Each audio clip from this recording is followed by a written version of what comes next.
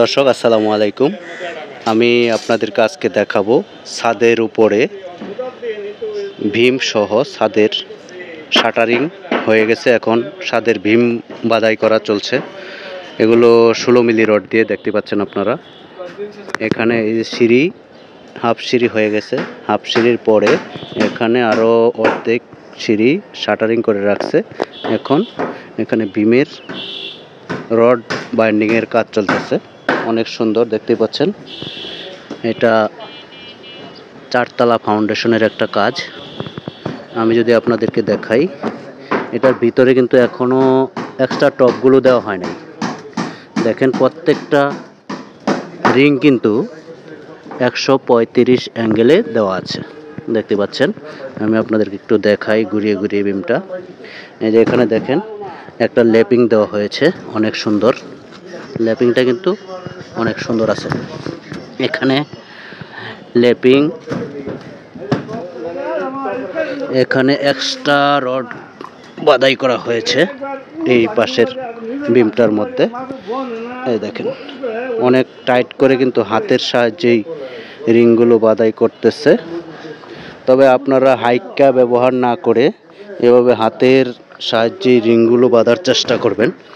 এই দেখেন এটার মধ্যে এক্সট্রা টপ দেওয়া হয়ে গেছে এই পর্যন্ত, মাঝখানে, ওখান থেকে মিডিল থেকে এ পর্যন্ত।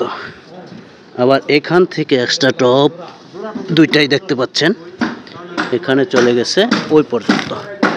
এটা দিলে কি হয় এটা আমি আপনাদেরকে পরের ভিডিওতে বলবো। বিমের বাধাই কাজটা কিন্তু হচ্ছে, তবে এখনো কমপ্লিট হয় নাই। কমপ্লিট হলে আমি আপনাদেরকে জানাবো। দেখেন এটা 4 তলা ফাউন্ডেশনের জন্য এই পাশের বাধাই হয়ে গেছে।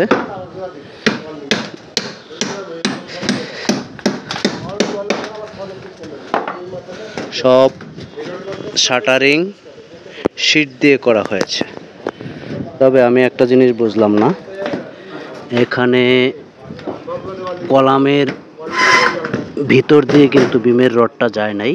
এটা কতটুক যুক্তিসঙ্গত এটা আমি অভিজ্ঞদের কাছে জানতে চাই। এই যে একটা ভীম, এটা এক্সট্রা টপ দেওয়া হয়ে গেছে। এই টপগুলো কেন দেওয়া হয় এটা যারা জানেন একটু জানাবেন।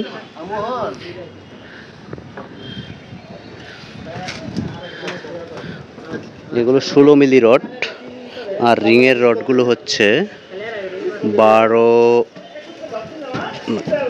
10 মিলি রড দিয়ে রিংগুলো তৈরি করা হয়েছে। তবে বিমটা সম্পূর্ণ যখন কাজ শেষ হবে আমি আপনাদেরকে আবার দেখানোর চেষ্টা করব।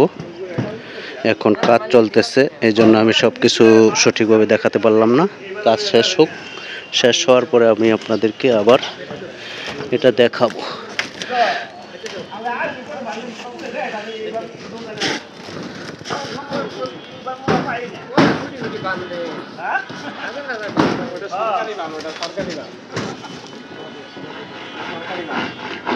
এটা তো সরকারি না।